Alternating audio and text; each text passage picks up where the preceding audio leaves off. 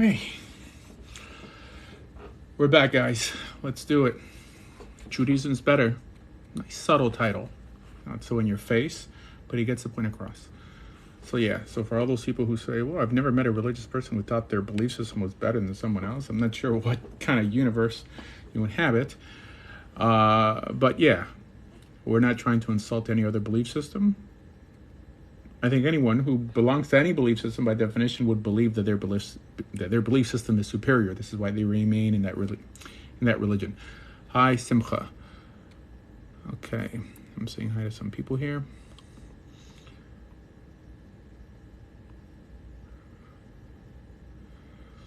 Let's see.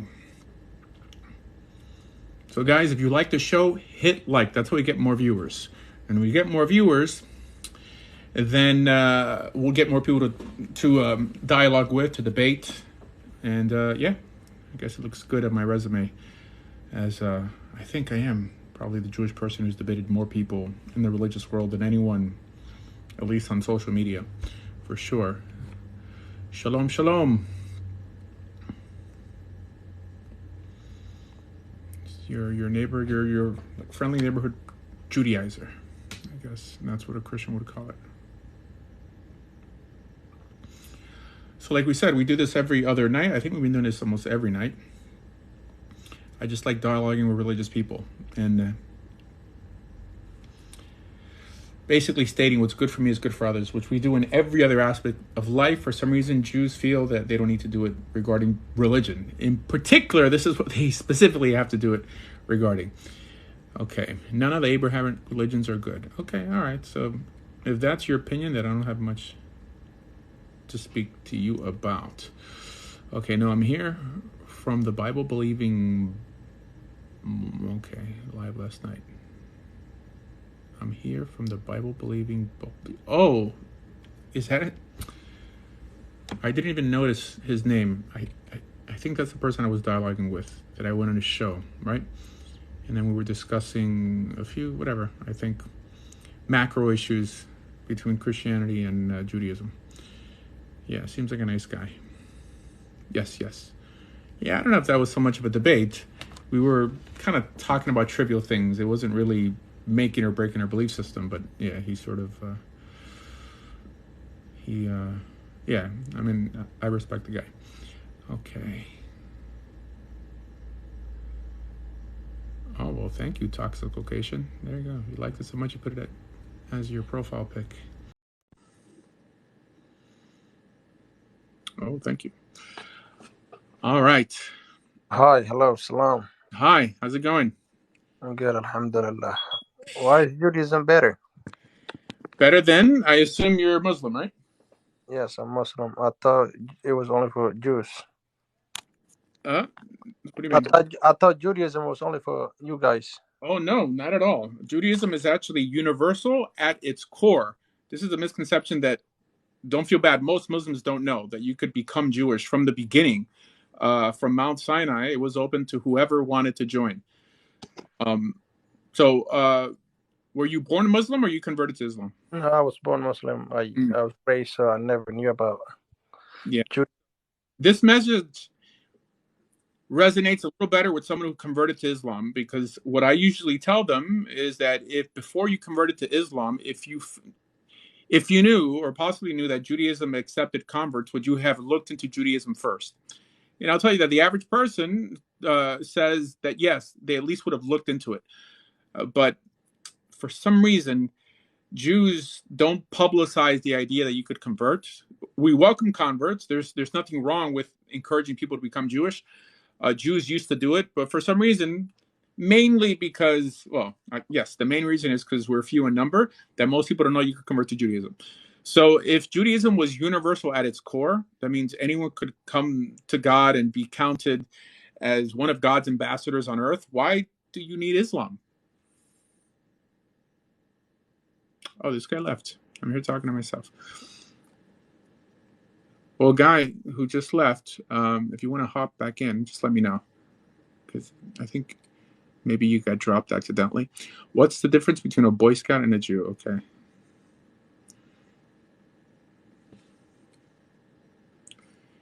Yeah. I don't know. I think I have to block you for that one.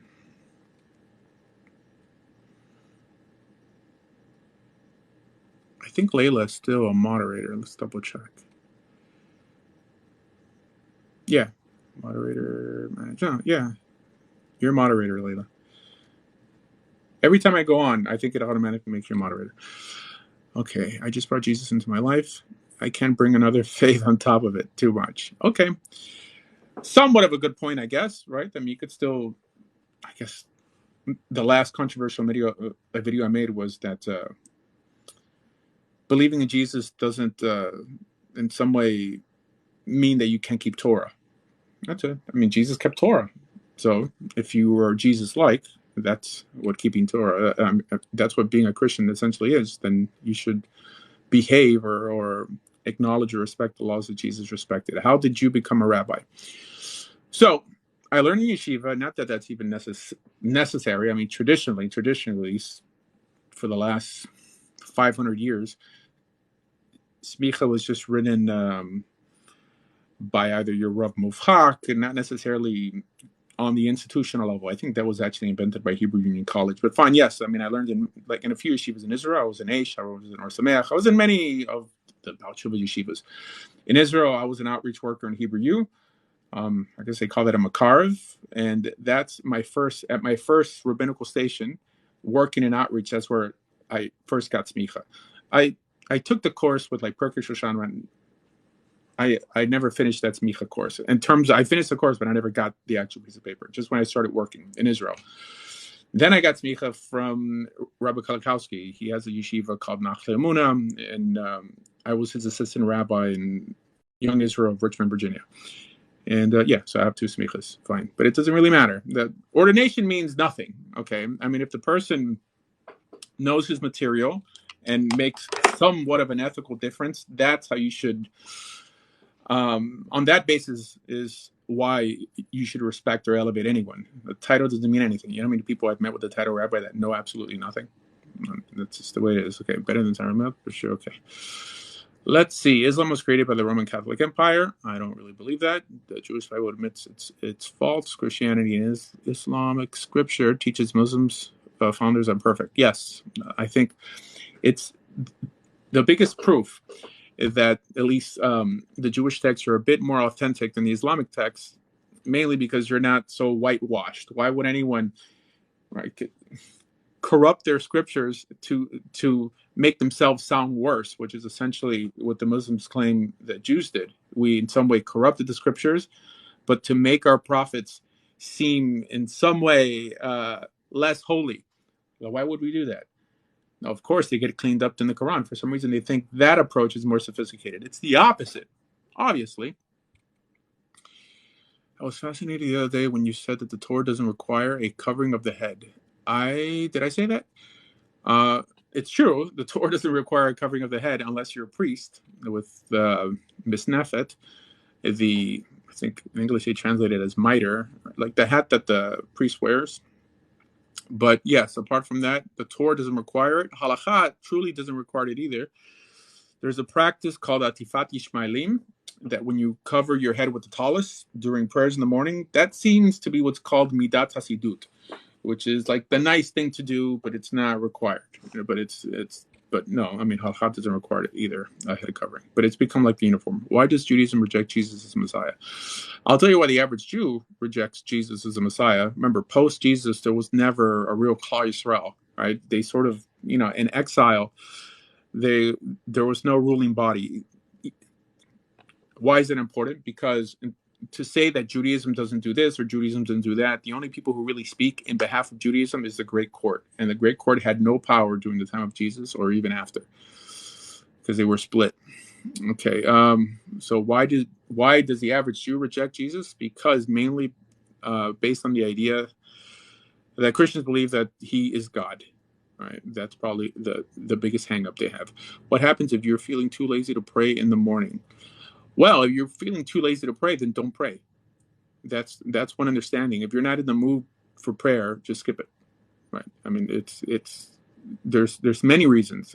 The halakha is that if you're traveling, You don't have to pray if close relative dies. You're not liable to pray. Let's see. What do you mean by better? Just that, better. That the other ones aren't horrible or the other ones aren't bad, but this is just better than the other ones. This is why I remain Jewish and you may remain Christian or remain Muslim, because better. It could be better in different ways. It could just be better for you, fine, but you stay in your religion because you believe your religion is better. Yeah, so I think my religion is better, and I'm willing to dialogue with people who happen to disagree. I think it's great, it's healthy, and it keeps you sharp in general. Whether I come out on top or you come out on top, doesn't matter. It's a great thing for people to. It's great for brothers to was it what's that song, to dwell together in harmony or something like that. Okay, I'm Muslim and I like Judaism. I like Judaism than Christianity, I guess more than Christianity. Cool. All right. I mean, I would say I like Christianity. Well, in terms of theology wise, I like Christianity more. Well, yes. More like Messianic Judaism. I appreciate Messianic Judaism more than Islam, but I appreciate Islam as well. That's it. Yeah, very nice. That's what you're thinking of. That's the song I was thinking of. It's great when brothers work together. Okay, you're a rabbi that doesn't know. I do know it. I mean, I just, when you said the word, it popped in my mind. Yeah, that's it.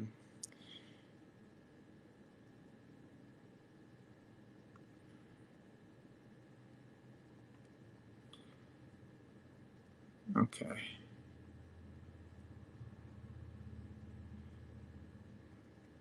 Okay. So how do you keep to say anyone can? I don't know what that means. Did you have to give up aguardiente? No, I don't. I'm not a big aguardiente drinker, but I don't think there's anything in it that is not kosher.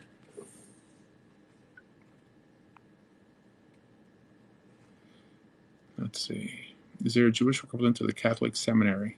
Well, there are Jewish seminaries. Just for guys, they call it yeshivas. For girls, they call it seminaries. Okay, let's see. How would a politically minded Messiah be of God? I don't know what that means. Jewish are the chosen people. They're smart. They believe in one God. Okay. I mean, if they're religious, they are. Smart, at least. Can you explain why Judaism has so much power and influence around the world? I don't think Judaism has much power. Maybe Jews do, and the vast majority of Jews who have that power are not religious. So I don't think, them having to have a Jewish pedigree comes to play. And those who are influential aren't they in Israel, they're not the majority, right? They're typically European Jews, because Sephardi Jews haven't been that influential. I mean, Benjamin Disraeli was actually Sephardi, but apart from him, I'm trying to think, in recent times, a Sephardi Jew who has maybe won any Nobel Prizes, maybe. I have to think about it. How come there's no black Jews? There are black Jews, actually. There's whole communities. There's a place in Eretz Yisrael called Kiryat Malachi. So Kiryat Malachi is almost all Ethiopian.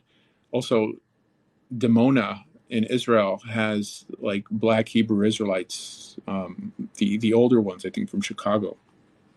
So yeah, there are definitely black Jews. The what's that called? That group from Nigeria, the Igbo. I can't even think of their name. Also black individuals. Okay, who were the Amalekites? The Amalekites were enemies of ancient Israel. They are not chosen. They worshipped the calf and rebelled and killed many messengers. Who are you talking about? Not all the Jews. Are those the same Ethiopians that have the ark? So no, it's not the same ones. The individuals in Ethiopia that claim to house the Ark of the Covenant are Christian. They're not Jewish. We believe in the same God. Okay. Well, I'm not sure if you're Muslim or not, but I don't believe that Muslims and Jews believe in the same God.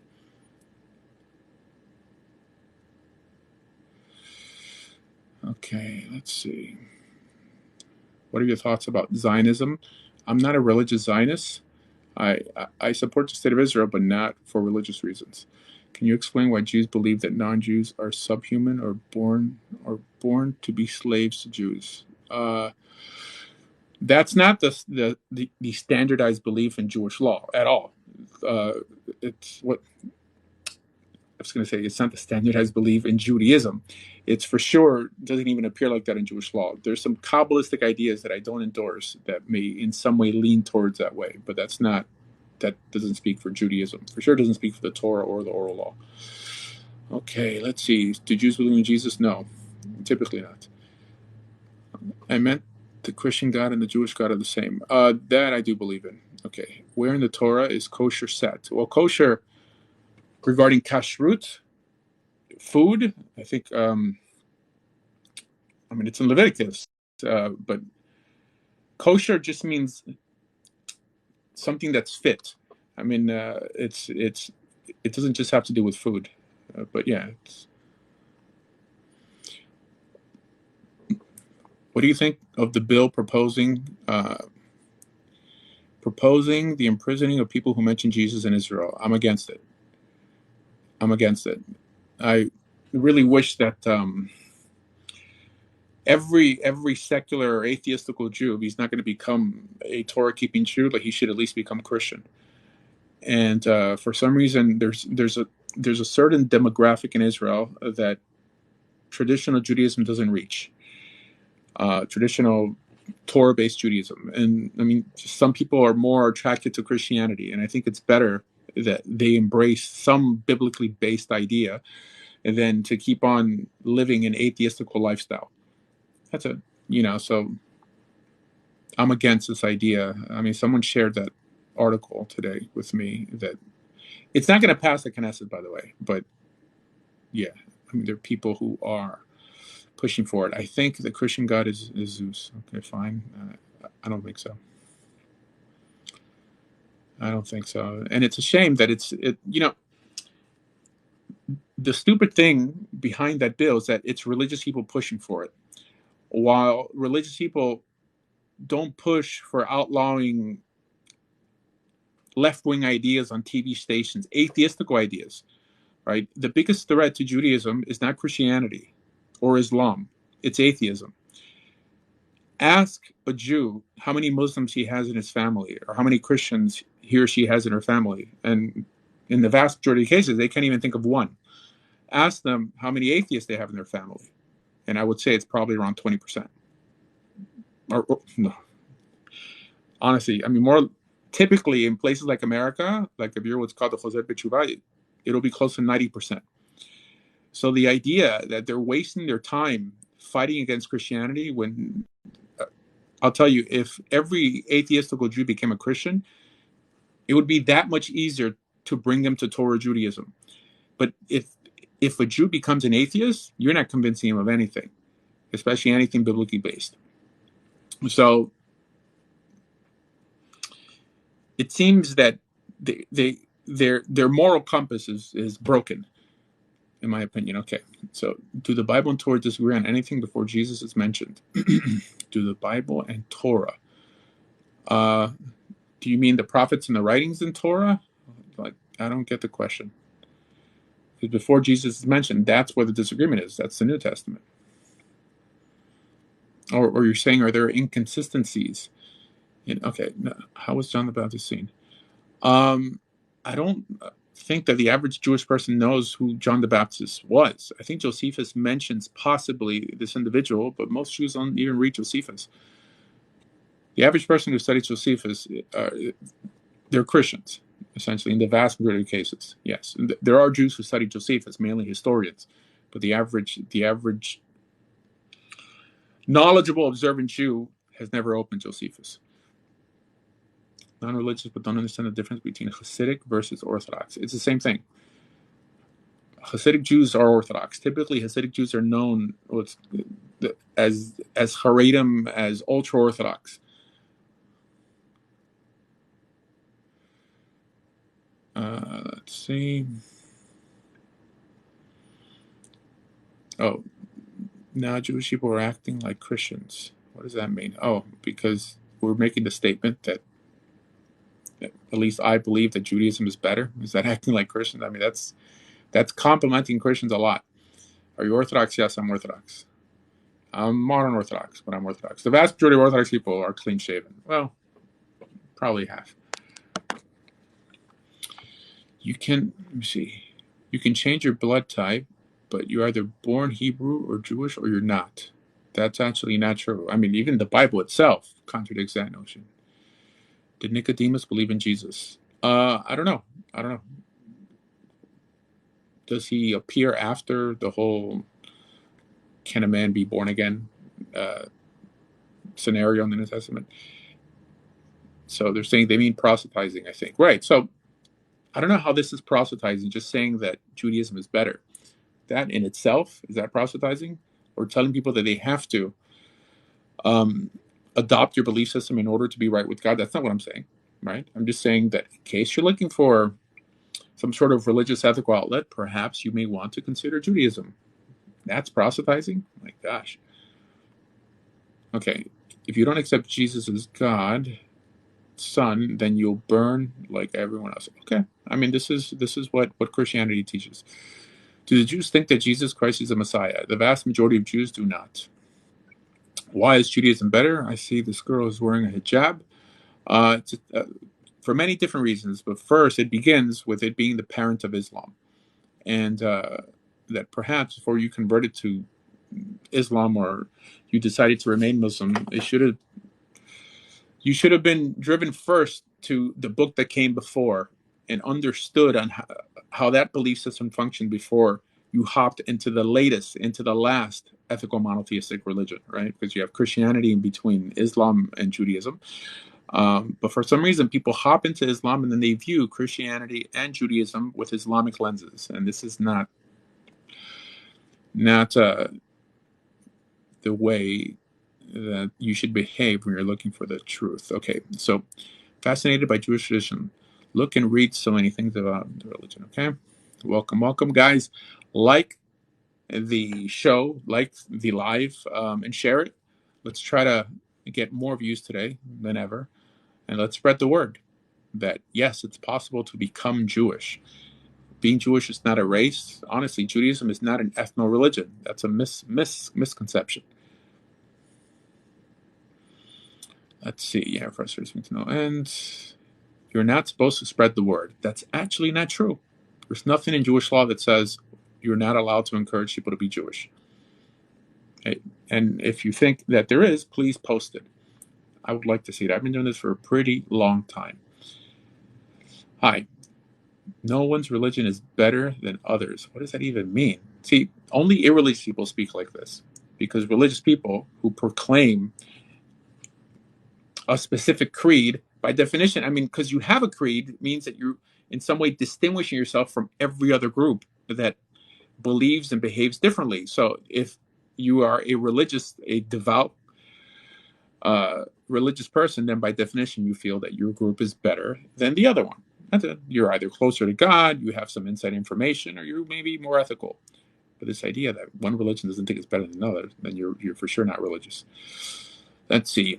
Judaism's thoughts on the afterlife. The Torah does not mention one. The vast majority of Jews do believe in one. The reason Islam and Christianity have an afterlife is because the rabbis wrote so much about it.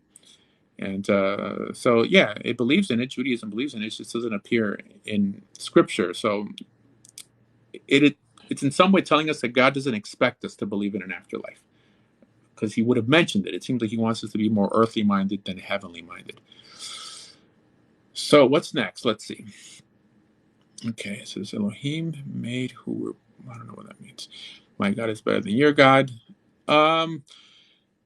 It's not so, it's simple, but it's not simplistic. So it's not as simplistic as saying my God is better than your God, because that itself would be trivial. But my belief system could help you live a more ethical existence than your belief system. That's the argument, because the results of such a conclusion are for everyone to to benefit from. I mean, the idea that I'm happier in my belief system, it would be silly if I'm arguing on that basis, that I think my God's better than yours. No, I think that what makes Islam and Christianity ethical are the commandments within the Torah, right? The individual moral training that really only appears in our Bible. So Islam and Christianity just brought narrative and metaphysics into the mix. Does the world really need more narrative and metaphysics? Like, this guy's a prophet, look at this miracle. No, it needs more ethics. So the ethical well that both Christianity and Islam feed from, it's Judaism. So this is why I think Judaism is better, at least better in terms of making the world a better place and in some way refining your character than Islam and Christianity is or does. Let's see. Yesterday you mentioned the Reform and Conservative Jews, how they differ other than the temple versus synagogue. Okay, yeah, so Reform Jews typically call their synagogues temples, which is, I don't really care. But they're typically Judaism light. They feel that the commandments are optional, even circumcision is optional, belief in God is optional. So that's really where they differ. They're more, I guess, citizens of the world than they are citizens of spiritual Israel. Does your mother have to be Jewish? Does your mother have to be Jewish in order for you to be Jewish? No. If your mother's Jewish, that makes you halakhically Jewish. It makes you legally Jewish. You could convert to Judaism and still attain that legal status. It has nothing to do with God. You could convert to Judaism and be a horrible person, and you'd still be legally Jewish. You could be born into the religion and not even believe in God and be legally Jewish. But that doesn't mean there's any religious aspect to that, any spiritual aspect to it. This is why Karl Marx was Jewish. Karl Marx was an atheist. Right? That doesn't mean you're in a covenant with God. That's what we're pushing people to make an agreement between them and God that they're going to keep God's word, God's instructions, and thus reap the benefits of doing so. That's what we're pushing for. Who cares who's halakhically Jewish? It doesn't mean anything. It's not going to change your behavior one bit. Okay, is tomorrow going to be a special day for the Jewish people? What's tomorrow? Well, Shabbos? No, I mean, Shabbos is not tomorrow. I don't know. Let's see. Can anyone become Jewish even if they have no Jewish blood in them? Yes, they can. You could convert to Judaism. If I became Jewish, do I have to have a national Hebrew weenie roast? Well, I'll tell you, unfortunately, the vast majority of Orthodox Jews do not eat Hebrew National. I love Hebrew National. I think it's the best tasting hot dog. I have a whole video teaching that Hebrew National is actually glot. Glot, at least for Ashkenazim. Do you perform conversions in Spanish? Yeah, sure. I mean, I could do it. I mean, the conversions are in Hebrew, essentially, in terms of like the brachas you have to say. But I could speak Spanish. Ethical well. No true words are spoken. If all faiths came to this realization, conflict ends. Okay. If Islam is ethical, then why do you go to war with them? So the individuals who are fighting against Muslims in the Jewish world right now aren't doing so in the name of Judaism. So it's not like it's the religion of Judaism fighting the religion of Islam. I really wish it was the religion of Judaism fighting the religion of Islam, because the first attempt that you're supposed to take upon yourself before you engage in combat with other nations from a religious perspective is offer them the ability to convert to Judaism before you go to war. And there's a debate if it's Judaism or it's the 7 laws. There's 2 opinions on this. Being that Judaism doesn't offer them anything, all right, it by definition means that they're never gonna overcome what I believe is a corrupt ideology. And I'm not talking about Islam, I mean radical Islam. So yes, I mean, I wish Jews engaged more with Muslims on a theological level, because that's the way you defeat bad ideas, with good ideas, not with no ideas, right? I mean, the average Israeli, and I lived in Israel for 5 years, doesn't give radical Muslims an alternative to their radical belief system. They don't, last I heard, they canceled the only conversion program for Palestinians to convert to Judaism because they caught one of these Palestinians trying to get close to Rabbi Asher Yosef to in some way snuff him out or whatever. But anyways, that's what we're dealing with. Okay, someone is saying this is wrong. I don't know what is wrong about what. Let's see. I think you are wrong. Guys, please explain why I'm wrong. Okay, what's your opinion on Rabbi Tovia Singer? I've been watching him lately. I'm sure he's a nice guy. I've met him once or twice in Israel a long time ago. I'm not a fan of his work. I'm just not. I think we have bigger fish to fry than the kind of missionary or than missionaries. It's just whatever. I mean, I think that if you're learning from Tovia Singer, don't spend more than 2 months on his material, because there's more important things to learn in Judaism than 100 ways to disprove Paul. I mean, honestly, it's just whatever. I mean, it's good to know these things, how to respond to Christians, but that can't be the bulk of what you're studying all day long, just listening to counter missionary lectures.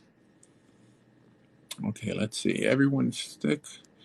So Sophia the Jew says, everyone stick with your own religion, please. It's great to learn, but don't convert. Why would anyone say that? And this person calls himself Sophia the Jew. It just sounds so silly. Why would you say, everyone just stick with your own religion and please don't convert? And at the same time, you're in some way educating the anti-Israel crowd on why you should have a right to exist, right? That you're confronting people who have a religious ideology that conflicts with yours, and at the same time, you're telling them to don't change that ideology. Doesn't that sound a little backwards? I mean, it's completely illogical. The only way you're going to get the bulk of Israel haters to cease hating Israel is by them ultimately becoming Israel. That's the only way. It makes absolutely no sense. The way you defeat bad religion is only with good religion. And this is common sense. You have to be taught otherwise. I'm sorry. It's frustrating. Let's see. As a religious person, how do you view non-denominational sects like Unitarian worship? So it's interesting.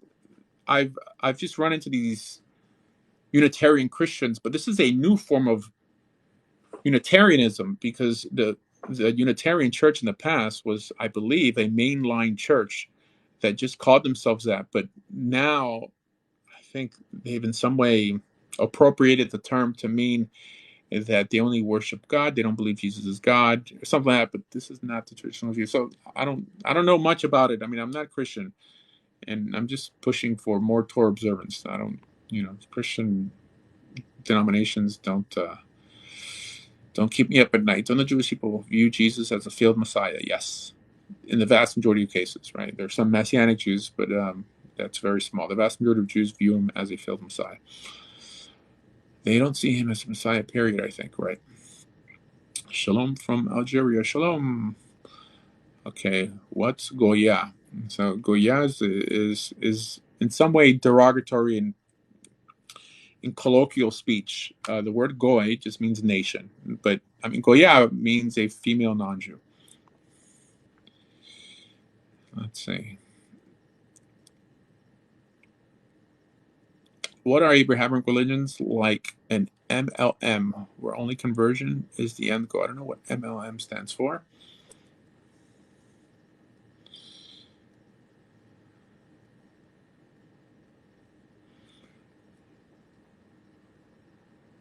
Yeah, guys. So if you're watching, like the video. The more you like this live, the more chances I will get to dialogue with people who have over 1,000 subscribers or followers and have what to say against what I'm saying, right? So I can debate with them. We do not push Judaism. Oh boy, I wish you had 1,000 followers. Right? Why do you say that? Why do people say that? Okay, you're not lying. It's true. Nowadays, Jews do not push Judaism. That doesn't mean that the religion is against it. Ask your rabbi. Ask your rabbi, is there a source that tells us not to push Judaism or tell people that it's possible to become Jewish? I'm curious what he'll say. Let's see. Goy are the inferior human subhumans who won't have a chance of exhalation. I don't know. That's actually not true. How do you feel about the Palestinian conflict? This show is not political. I think the land of Israel belongs to whoever's willing to fight for it. That's it. And win ultimately. Yes, Lo, I grew up very Orthodox, and we do not do this. Okay, so if you grew up Orthodox, you know that you have to bring some makor, some raya, some source somewhere, some example where it states in our source material, i.e. Chazal or the Torah, that we don't do this. If you can't do that, then it's hard for me to believe that you were an educated Orthodox person. I have Jewish Ashkenazi. I don't know what that means. Can I become Jewish? You could convert to Judaism. Anyone could. I mean, before is why you would feel that coming Messiah. Okay. How do you know for a fact that God is real? I don't know for a fact that God is real. Just like you don't know for a fact that he's not real. Okay. I mean, you have evidence and I have evidence. So.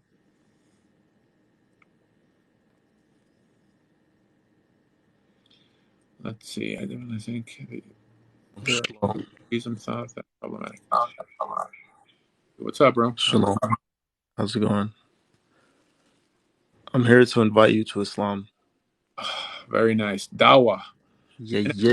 By the way, I mean, I appreciate Christians trying to convert other people and Muslims trying to convert other people because you're looking out for people, and that's a great thing. And it's not, and I'm sure that it's not just to get them to heaven, but to, in some way, make the world a better place, right? If you have more people sensitized by biblical values, then societies will improve. I mean, I believe that, right? I just think that being that we have three major monotheistic religions, that I should also promote mine. And I think mine could stand inquiry, like the test of skeptics a little better than Islam and Christianity can. Yeah. What do you mean by that? Well, one, we believe in less, meaning there's more theology and metaphysics and narrative ingrained in your source material than really what appears in the Torah. The Torah doesn't really command so much belief; it kind of commands behavior. So we have less to justify. No, I think Islam actually has more behavior and more metaphysics. Like it's like the best of both worlds. Like Christian is too much metaphysics, not enough action. I think Judaism is too much action, not enough like metaphysics. But Islam is like the balance. Well, there's a lot of metaphysics in Judaism. It's just not in our source text. It's just not in the Torah. The Torah is not. I mean, God is Himself a spirit, but it seems that God in the Torah wants us, yes, to be more earthly minded than heavenly minded. But there's tons of Kabbalah. There's tons of books that I'm not a big fan of, but they're there. And for some reason, for such a small people, I think we have more religious texts than the average. I don't know, maybe even Islam. But this guy, did he get paused? Oh my bad. I'm sorry, No problem. Yeah, but it's because God chose the children of Israel to get the scriptures and the prophets, the majority of the prophets. So for that reason, you have this, you have so much material. However, the fact that the children of Israel were not able to fulfill their covenant with God, God chose, to make all monotheists His chosen people, not just the children of Israel. Interesting. And He did that through the advent of Islam. So to respond to someone in the chat, look, I'm not Messianic. I'm an Orthodox Jew. They're saying we do not recruit in Judaism. Are you by any chance a Messianic Jew, which the rest of us do not recognize? I'm not a Messianic Jew. I'm an Orthodox Jew. I think I'm pretty online. Most people know my work. I've debated Christians. I've debated Muslims. But only because I happen to encourage people to consider becoming Jewish shouldn't make you think that I'm Messianic. There's nothing in halakha that prohibits it. So with the idea that the Jews didn't fulfill their covenant with God, so God turned His back on the Jews. It's interesting. God made that as part of the formula, right? There's curses that appear in the Torah that when you do this and that, you'll get exiled. Right? Deuteronomy 28, you'll be mistreated, this and that, and then it says that God's going to bring us back. I mean, He never says that God will just completely turn His back. Yes, He'll turn His back on you if you turn your back on Him. But we're still here. And how about this? Yeah. Here's a question: what made you decide that Judaism is true? Like because you converted, right? So at which point were you like, "Dang, this is from the Creator"? So I don't walk around saying, I don't use the word "is true." I mean, especially with non-believers, because it's subjective to you. I mean, you believe it's true. I may believe it's true, but someone who's not convinced of what I'm convinced of, it's going to fall on deaf ears. It's not going to convince them, and it's going to make me look like presumptuous. Like, why should I expect them to believe what I think is true without first giving them a good argument? So I believe that the Torah has been the main book, not the only book, but the main book that has civilized this planet. And it appeared at a time when men behaved worse than animals, and the gods that men would worship behaved worse than people. But for some reason, it was head and shoulders ethically to everything surrounding it, which makes me feel that it must have come from some divine source. That someone out there cared for me enough to give me a manual to live a richer, fuller life. So this, in turn, gets me to care for that individual back. That's the extent of my religiosity. That's the extent.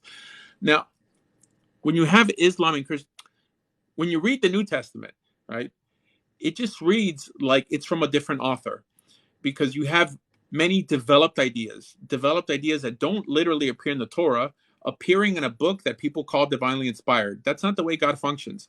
If God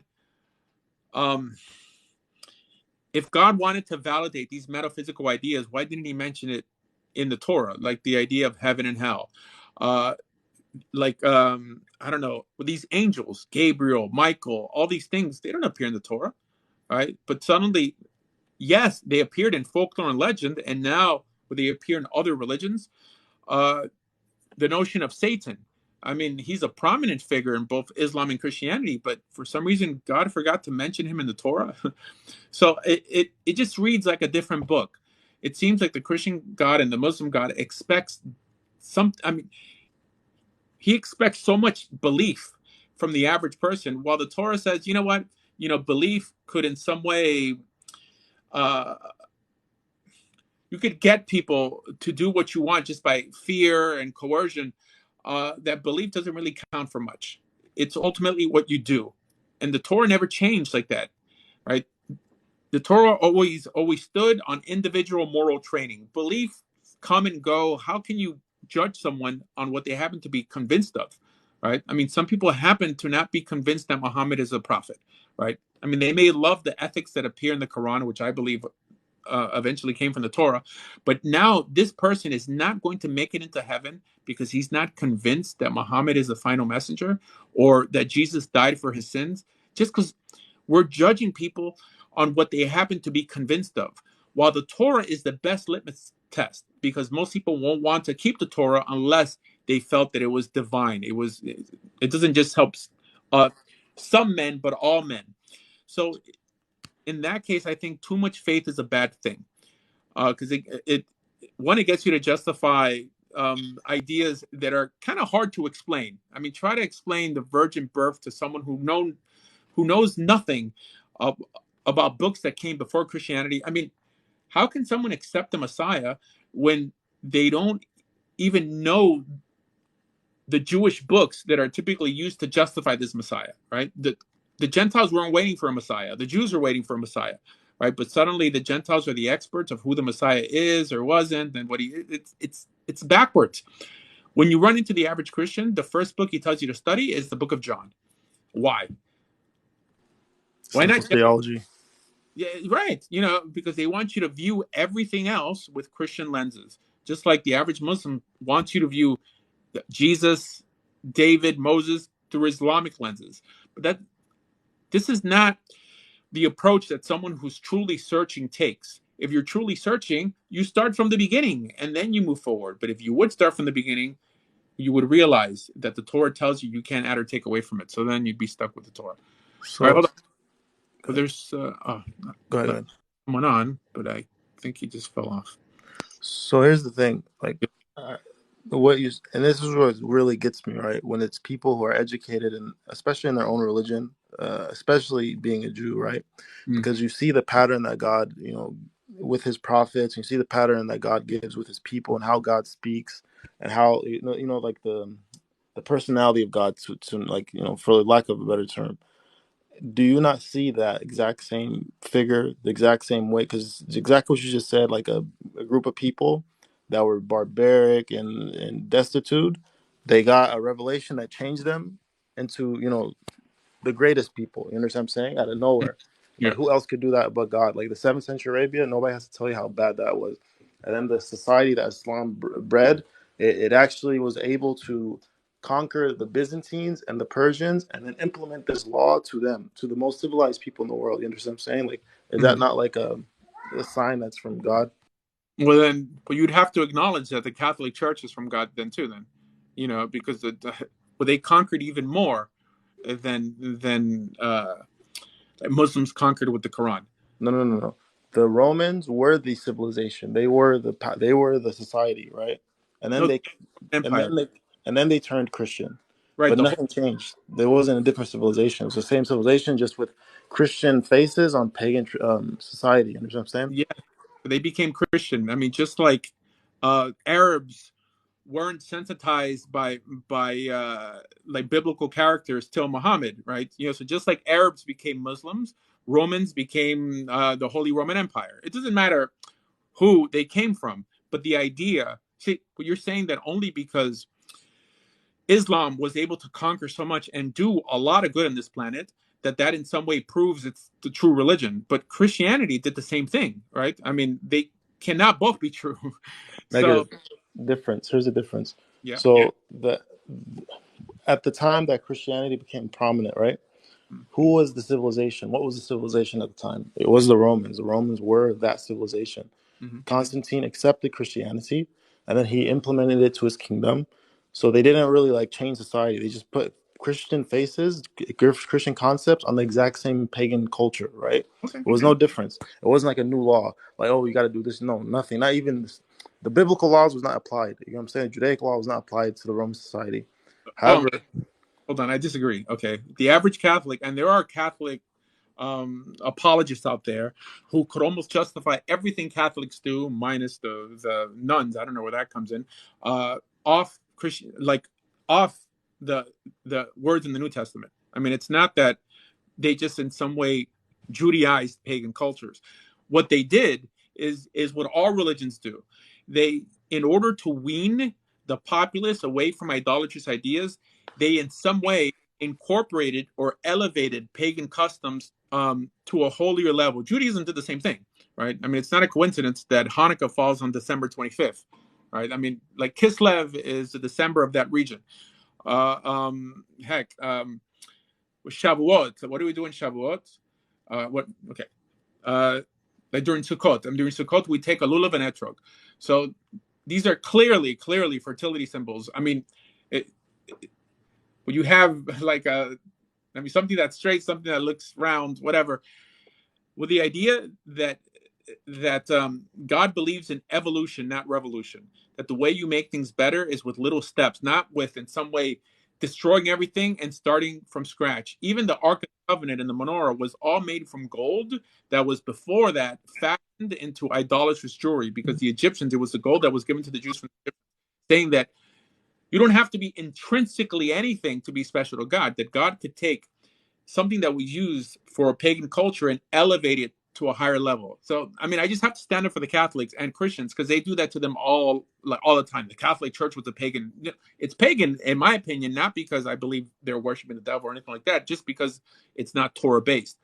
But they had good intentions to wean their society away from the old pagan belief system into a more ethical religious one, which, I mean, I think they did. And I think Islam did the same thing as well. that's Yeah. the thing. Islam did the opposite. So, and then if you look at the prophets, even in the Bible, they go against the status quo. Like prophets don't blend in. That's the point. They come in, they disrupt. They like, okay, you guys are worshiping false god. This is the true God. No matter what you say, this is the true God. And then God helps them through the struggle, right?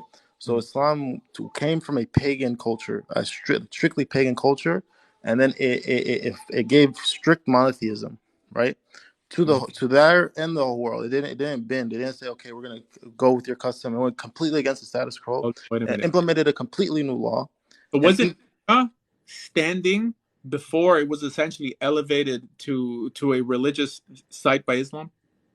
say that one more time. Okay. So what Muslims did essentially with Mecca, because people had been gathering there before it was appropriated into Islam, Islam in some way rewrote the history and said, no, this is, I believe, where Adam and Eve was, where the Garden of Eden, like Abraham, resided near where the Kaaba was, but it was essentially a pagan site that was elevated to a holier level to, in some way, wean pagan Arabs into a monotheistic religion. Right. So Islam did essentially the same thing. So we don't believe the Garden of Eden was on this planet. We believe it was in heaven. Okay. And Abraham, we didn't believe that he dwelled there. He did build the Kaaba with Ishmael, his son Ishmael, right? But we agree that he was from Babylon or that area. Yeah, so it wasn't like and when we believe this is the first house of worship, even the people of that time, they believe that this was built by Abraham because they are descendants of Abraham. The only prophet they would have known was Abraham, none of the other Judaic prophets. Yeah, but you do acknowledge that it was a place where idolatry was practiced, and in the Kaaba, how the Kaaba itself housed many different idols before, right? Yeah, and the prophet, he destroyed them all. Like he went against the status quo physically, Right. like Abraham did. So then the rendition came into play that this was established by Abraham, this and that, because, I mean, but Judaism's not going to acknowledge what I'm telling you, that they basically took pagan ideas and elevated them to a holy level. Like the idea of sacrifices. People used to sacrifice before Noah sacrificed, before Abraham sacrificed, but God knew that that was the language that prehistoric man used to commune with God. So he in some way incorporated that into the belief system. This is not just my opinion. This is what Maimonides teaches. I mean, not that you believe in Maimonides, but for Jews to know, for some reason in the Jewish world, if I say something, it doesn't mean anything. If I quote some rabbi, people take them more seriously. So the idea of elevating something from a lower holier level to a higher one is something that all belief systems do, but they in some way rewrite their history to incorporate that because they know that there are naysayers out there who will disqualify the whole system if it doesn't claim to be intrinsically holy. Well, that's the thing. I challenge you to, find the same thing with Islam. Find a tradition that we follow that is pagan in origin and strictly pagan. Hold on, I gave you the example of Mecca being used. There's no proof that I have or you have that it was constructed by Abraham. Okay, that's clearly a story that was only heard later, right? It may be true, it may be false, right? But it's essentially a story. There's a stone in Mecca that people throw rocks at it. So in the Talmud, which predates the Quran, it talks about an idol called Marculus, that the way you would worship this idol is by throwing stones at it. Now, suddenly, out of nowhere, because it doesn't, they have the practice of throwing the stones at this pillar, but they call the pillar Satan, right? But they don't really know where the practice came from. So this shows that they took a pagan practice and they elevated it to a holier level. No, so we believe this is from Abraham. Like every tradition, by the way, that we do around the Kaaba, even because on Eid we go to Hajj, like the pilgrimage itself. Yeah. We believe that was from Abraham, and then we sacrifice a sheep because when Abraham was going to sacrifice his son, God sent a sheep. So this is like a revival of Abraham's tradition. Like, technically speaking, all of the traditions we have in Islam come from Abraham. Like there are ones that Abraham did that. You're telling me creed and like the tenets of your belief system.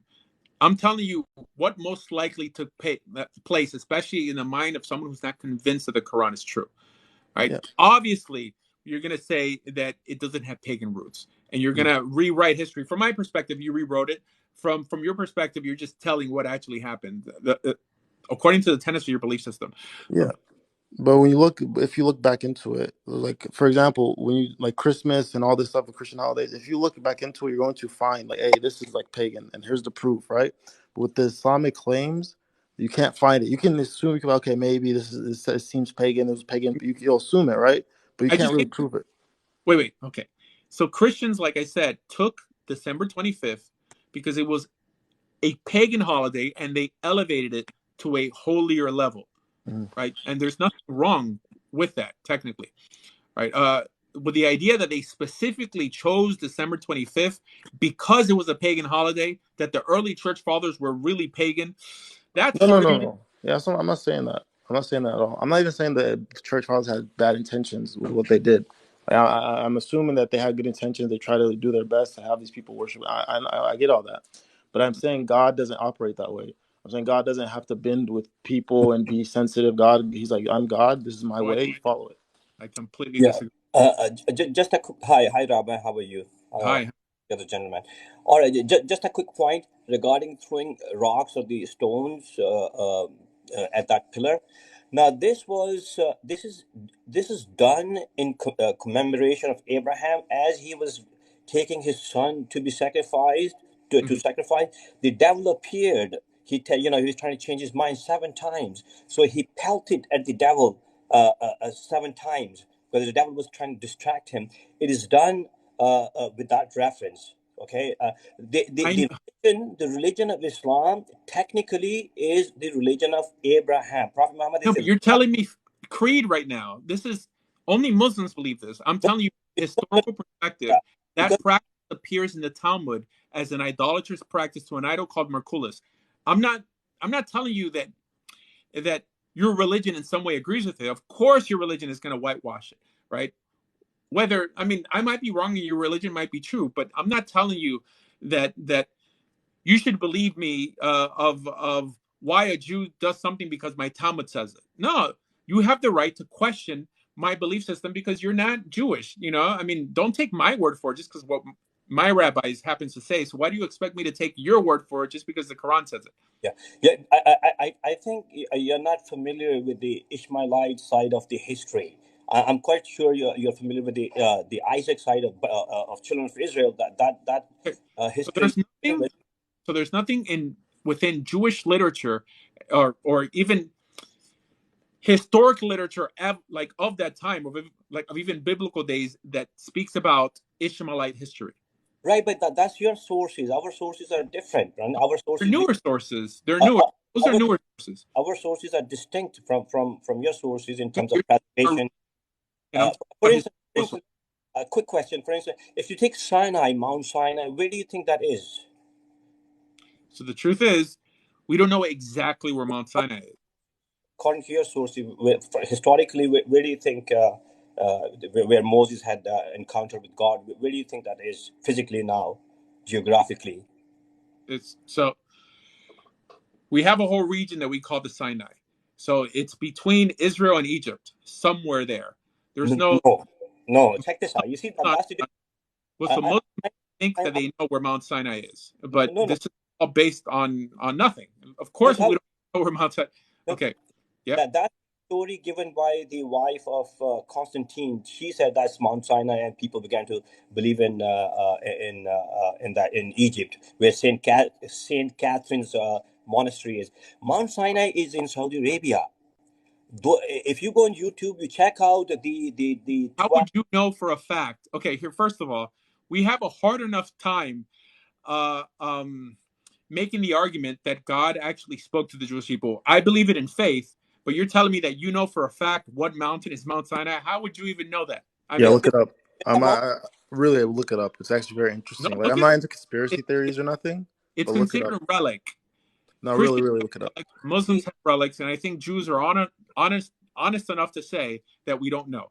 No. Look it up. Look into it. I highly I'm recommend telling look you, into it. I wish there was proof, which proof that Mount Sinai actually existed. Just look Proof. into it, man. Just look into it. What I'm saying. Hey, I mean, I've looked into it.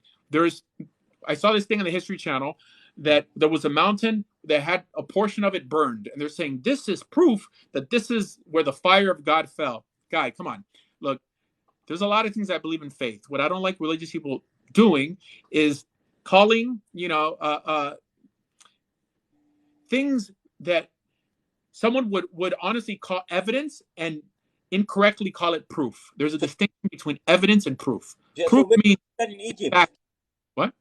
So where did you see these historical relics or remnants or historical primary sources of the Israelites who dwelt 40 years in that region?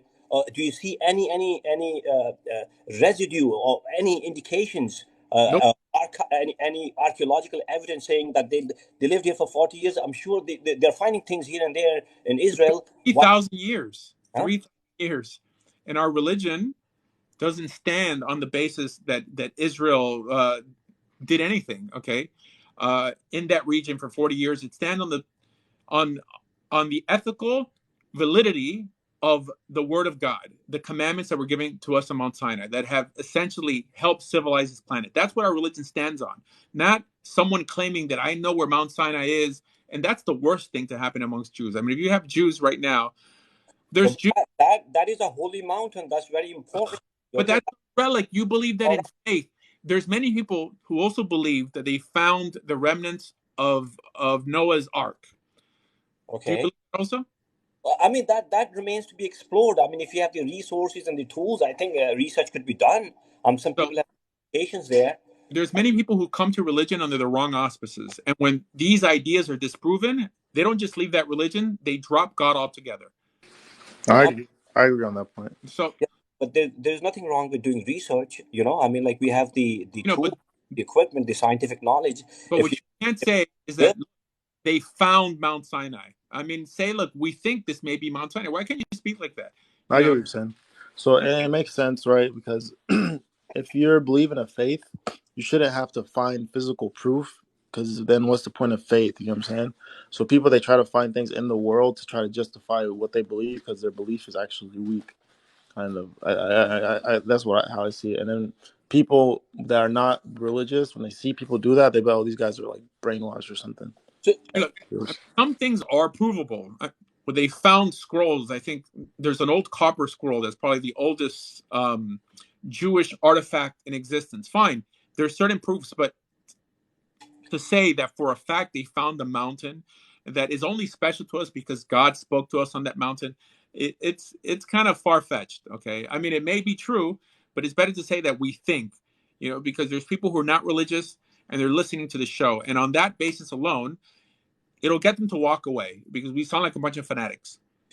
the history channel that you mentioned, that's not the source about that region. There were people who independently went there and explored the area. Check out their videos. It's something to explore because they found the place, like the mountain where they had the water would come, like the 12 portions within the mountain where the water would come for each tribe, and the sacrificing place and their bathing place and bunch of stuff, their writings. But I'm saying it's good. The mountain in Arabic is called Jabal Musa, the mountain of Moses, it's been there throughout And there's Islam. no writing on it, by the way, and for No, sure, no uh, writing in biblical Hebrew, no, like Paleo Hebrew. there's a big rock. It has some kind of symbology, some kind of written to stuff. split. Only the Split. that language can decode that. But I'm just saying, it's at Saint Catherine's monastery. There is nothing of that sort. It's just a tree there, and that's it. Over there, Those are you have many people who claim to and you have have a mountain. manna and quail. They still come today. The quails still come there, and there is vegetation and there's water. Again, you're talking on a live that many agnostics and atheists visit, and you speak like that to them. It just sounds ridiculous, right? That you're in some way making the claim that it's been found instead of saying that we think. Just say we think, right? Yeah, but explore the area, and I mean they can see it from a secular historical perspective. Doesn't have to be from a religious perspective. I mean we study history and Yeah, for all civilizations, so study that as well. There's nothing wrong with that. right. And Yeah. no secularists would say that we found Mount Sinai. Okay, I mean no Okay. secularists say that we found the Ark of the Ark of the Covenant or Noah's Ark. It, they won't say that. They'll That, think yeah. possibly, maybe. Let's Okay. use that language. Yeah. It's open. Maybe one day they will. I just wanted to confirm. One time I spoke to you, you said the Jews pray 5 times a day also, and I spoke to some other people. They say we pray 3 times, They but don't. you said 5 times. I mean, do you combine the two? Or, I mean, how does it work? So it's a shame that the average Jewish person. I think that Jews are the people who know the least about how their religion functions, just because there are so many few people, especially with social media, that have a Jewish education. So it's interesting because I heard a Muslim tell me the same thing, that Muslims also they lump their prayers into 3 segments. Is this correct? No, no, only if they're like traveling or something, Mm-hmm. then yeah. But on a daily basis, they pray 5 times a day. But if they are sick or they have some emergency or they're traveling or things Mm-hmm. of that nature, or perhaps if there's a battle going on or something, then they can combine the So prayers. explain how Jews pray 5 times a day. Jews have 3 segments of prayer, which is Shachris, Mincha, and Mariv, right? However, there's 5 different prayer times for these specific 5 prayers. And Orthodox Jews know this, that there's a different prayer time for the Shema than there is for the Amidah. In the morning, right? So that's the Shema is 1, the Amidah is 2, right? That constitutes the first segment of obligatory prayer. There's other things, brachas, and Yeah, we have that too. We have rakats. what? Like the extra prayers. These are Right. No. Yeah, there's many other prayers that many people think are part of the original, but they're not. The 2 main ones is that have their own specific time of what's the earliest you could say and what's the latest. Is the Shema and the Amidah. That's 2, and that makes up the first portion, which is Shacharit. Then there's Mincha. That's only the Amidah. Again, there's Ashrei, there's Kaddishes that are said, but those are not the main prayer. The main prayer is Amidah for Mincha, and that also has its own time. That's 3. In the evening, we have the Shema again, and then the Amidah again. Those are 5 different prayer times, but we lump it into 3 sections. That's it. There's many people who pray the Shema early in the morning, wait, and then pray the Amidah. Some people will put on tefillin like during the afternoon. Some people will never take it off. Most people don't know. They'll think that tefillin is just for the morning because they just don't know how. They haven't lived in Israel. They haven't, I don't know, with Davin Vasikin and see.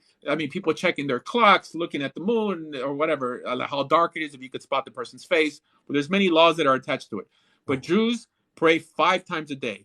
We just lump it into 3 different segments.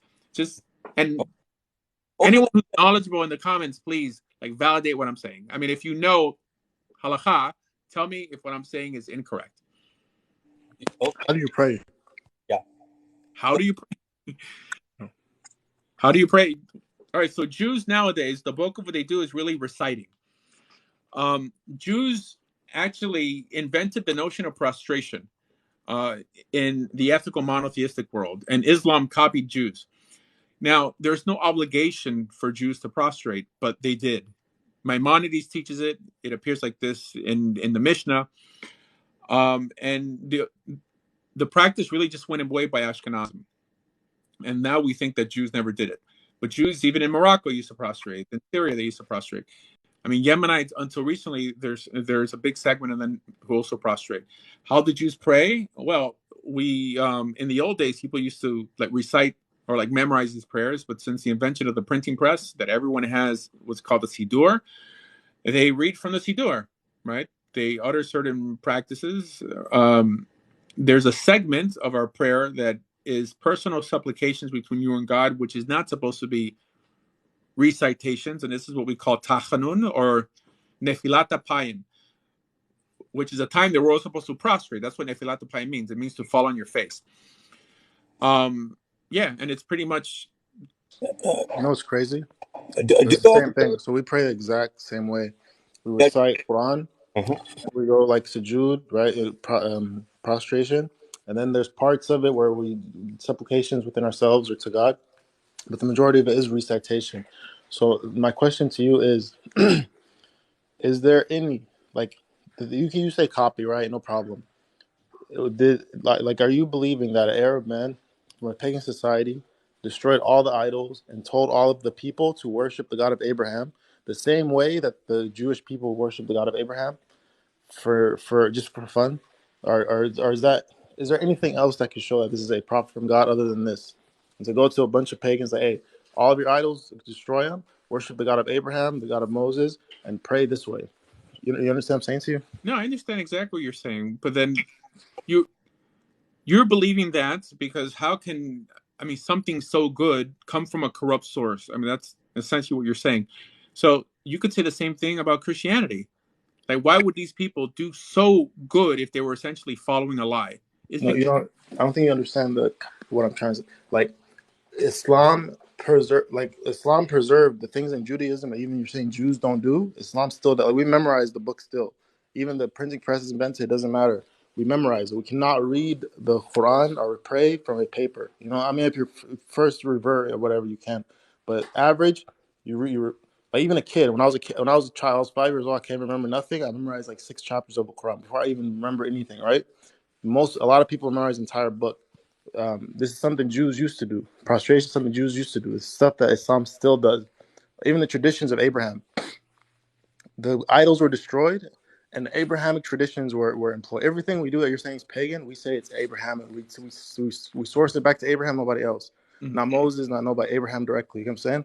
So how would like what else could he do to prove he is a prophet from God, basically? Well, I don't think Islam came out of nowhere. It came out of Judaism. And this is why I believe that Islam is good, but I think Judaism is better. Right? Jews who are knowledgeable understand that Jews prostrate. I mean, it's not, I mean, like maybe Jews here don't know it. They just don't do it because it's not an obligation. Where did Judaism come from? So Judaism, the proper term as it appears in the Torah is Torah covenant. That's essentially what our relationship is labeled in the Torah. God expects us to have a covenant with him in order to be validated by him. That's it. The word Judaism colloquially comes from Judah, but I mean, it's an English term. Yahadut is how you say it in Hebrew, but it's also a modern term. I mean, it's not. I don't even think it appears in Talmudic literature like this. Jews also, the word Jewish doesn't appear in Talmudic literature. The word Israel does, but I mean, so it's just words. It doesn't. I mean, I think Torah covenant is probably the best term to describe the relationship that the people we call Jews today have with God. But at the end of the day, it comes from God, though, right? I'm sorry? It comes from God ultimately, right? Well, God never labeled our belief system. As He in gave Torah, yeah. and Israel made a covenant. So this is why I called it Torah covenant. So yeah, the same God that gave the Torah and this practice to the Jews, we believe gave it to the Prophet Muhammad. Yeah. It would not make sense to like, even just logically speaking, between me and you, because we're believers in God, we believe in the supernatural. It wouldn't make sense for God to, or for Muhammad, peace be upon him, from a secular mindset, to just out of nowhere say, okay, let's destroy all these idols. Like anybody, any society, just like, let's go against the leaders of a society, destroy the gods of our ancestors, and tell people to worship a Jewish book, a Jewish people's book, and do Jewish people practices when he didn't even really communicate with Jews at the beginning. You understand what I'm saying to you? Like like in my opinion, it only makes sense that this has to be from the same source because it follows the same trajectory as the other prophet. But You know what I'm Mormon, saying? the same thing. That's the thing. With Joseph Smith actually went to his death proclaiming that he was a prophet, and his followers believed that he was a prophet. There's people who died in the name of communism. Clearly, it was much easier to, in some way, claim to be an offshoot or a completion or I don't know, a perfecting of a previous belief system than to invent one from scratch. Very good point. Very good point. Very Yeah. good point. Depending on where you're at. Well, Joseph Smith was in a Christian country. He took off he fed off of Christianity, right? The Prophet Muhammad was in a pagan society. They did not know Moses. They did not know that's not true. Isaac. They didn't know these people. Wasn't he? Huh? Wasn't his uncle a priest? No, No, no. it was Waraka. That's the prophet's wife's uncle. He Right. was a monk. Knowledgeable of Christianity, at least. I mean, he knew of Christianity and he knew of Jews and Judaism, which is Let's why say, he went to them and tried to declare himself a prophet. I mean, he knew something about these religions. Right. let's say I agree with you, right? And he actually had a library of Jewish text and Christian text with commentary and all that. And I agree with you, right, on that point. The fact that he was able to go to the society with nothing, like this is like, look at how God treats the prophets in the Bible. To go to society with nothing more than saying worship one God, shun false idols, went against the status quo, ended up getting tormented for 13 years, and then eventually God gave him victory over his enemies, like he does with all the prophets. And then he ushers in, because Joseph Smith didn't do what the prophet did. No human did what the prophet, peace be upon him, did in history. No human has done it. That's why he's the most influential human, because from his backward society he ushered in a culture, a religion that took over 1/5 of the world's population. You understand what I'm saying? Joseph Smith, even till today, it's like a cult almost, like the Yeah, Mormons. but in his life, okay, in terms of 1/5 of the world's population, I think that Genghis Khan conquered more and like fought more wars and was a lot more successful. I mean, not in the name of God, but in terms of just Adopted his That's religion. very good. That's very good. Guess what happened to the Mongols? They became Muslim. Boom. You no, understand what I'm saying to you? obviously. Yep. You said that for one person to do in their lifetime, and I'm saying that Genghis Khan as a person did more in terms of conquest, only because you conquer a It's not lot. conquest. It's not Traits conquest. a lot. When I say 1/5, I'm talking about religious wise, not just like physical land. I'm talking about people actually adopted this belief. 1/5 of the world, even Genghis Khan himself, his people, they became Muslim. Khan is a Muslim name. Somebody's name is Khan, they're Muslim. You understand what I'm saying to you? The Yeah, grandson of Genghis but Khan became Muslim. Even before they got done conquering the Muslims, they accepted Islam. And like, you know what I'm saying? This is Khan. science. The Mughals in India, they are the descendants of the Genghis Khan and Kublai All Khan, right. Hulagu But the Khan. reason I mentioned Genghis Khan is because we're talking about individuals, and only because one individual is successful in battle is not proof that God is on his side. Just like Alexander the Great was successful, Genghis Khan was successful. It's not even battles. It's Caesar. ideology. The prophet didn't conquer the rest of the world. He only unified Arabia. It's about the No, ideology, the no, teachings. I'm saying that only because you're influential on this planet doesn't mean that God's on your side. Okay, I mean it So, might for so sure make right. I mean, okay, look, you have a country of look at China. It's it's mainly atheistical, right? But they're sure very influential, and they have a large population, and they're anti the Bible, at least. yeah, At, how They're many communists. how yeah, many nations are converting to the Chinese religion or Chinese belief system? I mean, the communism that they got from the Soviets, but I'm saying as far as Confucianism or Buddhism is concerned, I mean, there is a trend. People follow Buddhism for meditation and stuff like that, which was a offshoot of Hinduism. But en masse, how many people are following the Chinese belief system? Hardly any. They will follow kung fu, eat Chinese I don't food. think we're disagreeing here. I mean, I think that Islam did a lot of good, but I don't think just because it did good in this world that's proof that it's But what are that. your criteria? What are your criteria for a messenger of God or a prophet of God to be legit? What are those criteria? So How do you I'll ascertain tell prophet? you. So after the Torah was given, a prophet's job was only to bring people back to the Torah, not to give a new revelation. So any individual, no matter what he did, if he brings you a new revelation, that to the Jewish people, he's always going to be a false prophet. Okay, now the thing is now look at this. I give you a prophecy from the Torah. This is a different one. This is Deuteronomy 33:20, and Uh-huh. it says here, and he said, the Lord came from Sinai. Okay, that's one part, and rose up from Seir unto them. He shined forth from Mount Paran, and he came with 10,000 saints from right went a fire for them. Okay, the Uh-huh. Mount Paran are the hills between Mecca and Medina. They're in Arabic. They're known as Faran. Okay, that's where Ishmael and Hagar. This is where they dwelt. When Abraham sent them out, that's where they went. Look at this. The burden upon Arabia. Look at this of Revelation, not Jerusalem here. Look at this. This is Isaiah 21:13-17. It says, the burden upon Arabia in the forest in Arabia shall ye lodge, O ye traveling companions of Dandanim. These are like Bedouin tribes. Okay. The, the, All right, the hold on. Just yeah. let me chime in here because you're going on a little bit of a rant. This is not what we consider prophecy in the Bible. Okay, prophecies are supposed to occur in and around the lifetime of that prophet. You're telling me in the book of Deuteronomy, 3,000 years ago, is in some way prophesying an event that's going to occur 2,000 years after. It's a bit Right? ridiculous because Future- the average Israelite would not know what any of that is talking about, but Messiah, only aren't you? days. What? But aren't you waiting for the Messiah? If it was prophesied by previous prophets, aren't you waiting for the current Messiah to come? Oh, I'm not waiting for a Messiah because it's prophesied in some prophet. For me, the notion of the Messiah appears in the Torah. The command we have to establish a king as a landmark of redemption, Okay, so not that's 2,000 a years ago. idea. right? Sorry? But that's 3,000 years ago. If it's in the Torah, like let's say it's 3,000 years ago. So No, why, literally said Torah. It's huh? not a prophecy. The command to establish a king or the allowance to establish a king appears in Torah. I mean, it's not prophetic. It's something that you're allowed to do when you're in the land, or about, in this case, about to enter the land. And then when he enters the land, he's going to be coordinated. It's not saying, look at this word here, look at that word here. It's pointed to my religion that appears 2,000 years later. Why would God do that?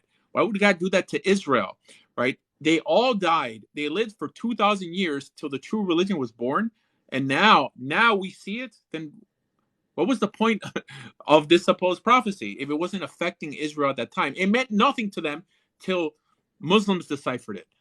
Okay, so just to continue with that, the prophetic part is coming, which was materialized, and this is there in the Islamic history, and this is from your sources. It says the inhabitants of the land of Tema brought water to him that was thirsty. Tema is the hills in Medina. Okay, that's when the prophet migrated from Yep, Mecca. you're making my point here. Yeah. That's not considered prophetical in the Jewish world, only because you want to take here. Muslims even use the word Muhammadin to say that it's talking about Muhammad thousands of years before. Why would it say that? And that's not even what the word means. Right? They come Because from the group. a What? grand universal messenger to mankind. That's a big event in the history of mankind. Look, it says all the land of Canaan will be given to the descendants of Abraham. Take Egypt, Lebanon, Syria, Palestine, Oman, all that land. Who possessed it? Muslims did. Okay, well, that Muslims claim to be a So the descendant. prophecies Wait, and their do you numbers. understand that the idea that you are descendants of Abraham is only an Islamic idea? It can be proven by any historical text. Prove Um, yours. what? How would you prove that you are the descendants of Abraham? Well, the thing So is, no one would know about Abraham if it wasn't from the Jews. So I think that gives us, uh, it puts us a step above Muslims who were the last ethical monotheistic religion. See, it behooves you to appropriate all the characters that came before, but no one knew about Abraham till we introduced him to the world. So because we're closer to Abraham, we have what to say of who he actually was, till Islam came and said that we corrupted the narrative. no, you see, Makkah was discovered by Ishmael, Abraham, and Hagar. This is known as Makkah. The first house of worship So you believe that in faith. You believe okay. Makkah wasn't pagan. It was a I know monotheistic. that. You're telling me the tenets of your religion. It Hmm. doesn't appear like that in my religion that predates your text. So why should I mean, it's like It's the same thing. Look, it's like a Mormon what happened? What do you think happened to the descendants? because it No, no, says, no. Never Mormon. We are, what happened all right, to the we're going in circles, man, and we're going in circles. I mean, you're not getting it. You can't quote from the Quran and expect me to believe it. Just like a Mormon can't quote from the Book of Mormon and That's expect right. me I to believe can it. just That's say, his belief system. but I'm just saying you're quoting from your Bible. How can I believe it? You have to read. Because You have to because engage. your Bible says that my Bible is true. No, That's the it is true. So where is that going? You have to engage to learn. If you don't, if you talk past each other, you're not going to learn anything. I If you know, but with reason, when then I'm talking about my Bible, we're talking about a book that we both agree on. then I say We're where is the talking original? about what your Bible says. Can I And ask a question real quick? Yeah. all right, hold on. All right, hold on. How's it going, Asher? Hey, what's up? I had a quick question for you. I've noticed that you kept saying our book. What's your remind me? You broke up. Can you just say it one more time? I'm sorry. Oh, My ethnicity is, well, I'm American. I was born in America. My parents are from Colombia. I lived in Israel for 5 years. And I'm an Israeli citizen. Not that that matters. But my religion is Judaism. So our book, I could proudly say our, just like the mixed multitude, also accepted the Torah, and God said that there shall be one law for the native born and the stranger that attaches himself or dwells with you. In Hebrew is ger hagar. So being that God says that the Torah is just as much theirs, and the Torah is our culture, and like our ideology, our philosophy, our belief system, then I can appropriate it as per God himself.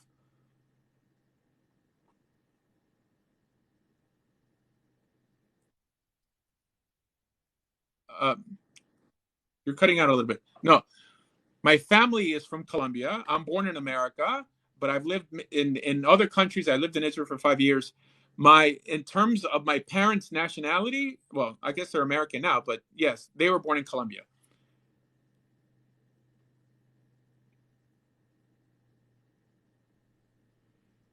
I think I'm having bad reception in the area that I'm at. So you said No, my family's from Colombia. I'm born in America. I don't know anything about Colombia. I mean, I visited Colombia before, right? Like I visited Brazil, Mexico. no. So what I'm asking is your ethnicity. Like what I'm asking is your ethnicity. Like where do you culturally come from? Well, Colombian is not a race. Not your nationality, but your race. Hispanic is not a race either. I mean, I'm white. I guess I'm white. I grew up in America. I was born in America. No, you're not white. No, you're not white, but you're right. Hispanic is not a race, and Colombian is not a race. You're correct on that part. White is not a race neither. You're correct on that part. But Hispanics are not white. So the reason why I'm asking you this question is because I'm actually a bloodline. Hebrews are an actual race. Do you know? Someone who's a Hebrew could have a pedigree going back to Abraham. Sure. But however, Israel is made up of a bunch of different peoples also, because we see on Mount Sinai there stood a mixed multitude of peoples, and a few chapters later they were absorbed into Israel. Also, at the end of the book of Esther, it says that the Persians there, that they became Jewish.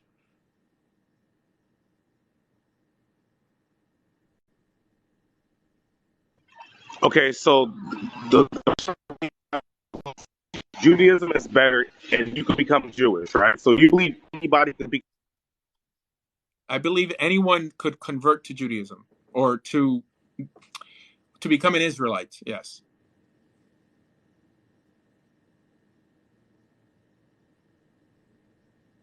I want to know, how is that possible when to be a Jew or a Hebrew, you have to come from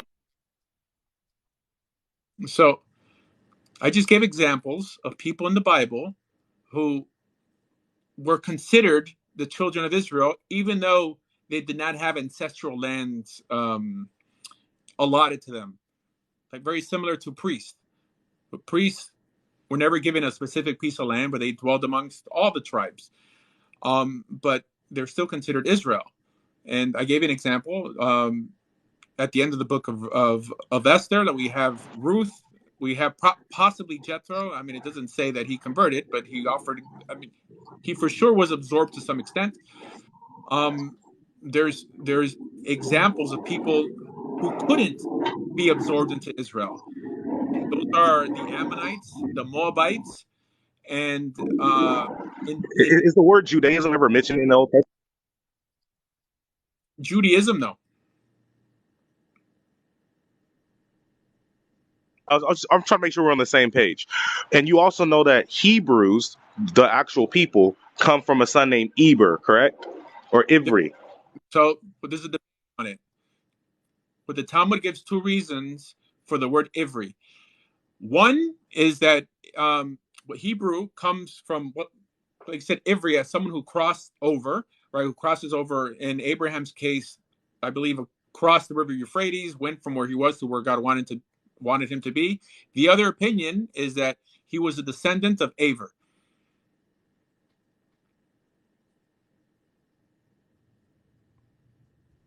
That he was a descendant of Abraham?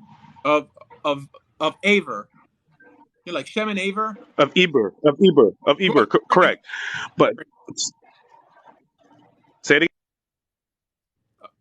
So well, you said Eber, but it's Aver in Hebrew. I mean, there's no B there. Yeah. Well, it's Ibri, right? It's, Ibri, Eber, whatever you want to read in No, English or you want to say it in Hebrew, right? Say it again. This I don't phone, care man. how you pronounce it. It's fine. In Hebrew, it's Aver. That we have this silly tradition where he had a yeshiva Okay. of Shem, and they taught the 7 Noahide laws. I mean, the yeshiva of Shem and Aver. Okay. There's a yeshiva in Israel called the yeshiva of Shem and Aver, but it's fine. I don't care. Go ahead. Okay, perfect. I also wanted to ask you another question. Um, do you know where the language Hebrew actually comes from? Like what continent, what region, from what people? Do you actually know where it comes from? No, So Hebrew is a part of the Afro-Asiatic language family. It comes from Africa. Did you know that? well, I'll take your word for it. Okay, but yeah, go ahead. Oh, you should Google it. You have a computer in front of you right now? Google the Afro-Asiatic This has language family. nothing to do with my belief system. This is a religious show. I know that you're trying to tie it to like a certain bloodline, but that doesn't make It or is a certain bloodline. It is a certain bloodline though. so. You do acknowledge that someone could be a direct descendant of Abraham and not be important to God in any way, correct? But do you agree that Hebrews are the Afro-Asiatic language family? Oh, Do you understand? I don't know for myself, right? I'll take your Would you word like for to Google it real quick? it. But what's the point? According to the Torah, It's very important because according to the Torah, Noah has three sons: Shem, Ham, Japheth. Shem has several sons. One of them is Eber, and through Eber does his special bloodline come from of the Hebrews, and that's why in Genesis it calls Abraham the Hebrew because he was of that direct bloodline from our what does that have fox. to do with being in a Torah covenant? What this has to do is that to call yourself a Hebrew or a Jew, you must be of this bloodline, I and give you to be a Hebrew, it's exclusive. Excuse me. It's not something that you could just decide to become one day. Like today, I wake up, I want to be Colombian, and then tomorrow I want to be Chinese, and then the next day I want to be an Arab. You know, it doesn't really work like that. so do you want me to Does read that make you sense to you? a verse in the Bible where it says that people became Jewish? Where the Hebrew word is mityahadim. They became Jewish. It's at the end of the book. Oh, anyone could follow in the belief system of Judaism. That is correct. You could be Chinese Wait. Jewish, you could be Korean Jewish, you could be Colombian Jewish. So Anyone you could follow in the faith. Jewish. Okay. So the idea that there's one law for the people who attach themselves to Israel, and these people could marry native born people, these people will never be Israelites, right? Well, so you don't believe that Jesus was a a a full Hebrew? So Jesus was actually mixed. He was of Hebrew bloodline as well as Canaanite bloodline. So Mm-hmm. this is where the actual Asiatic languages actually come from. Two of the three Noah of my bad.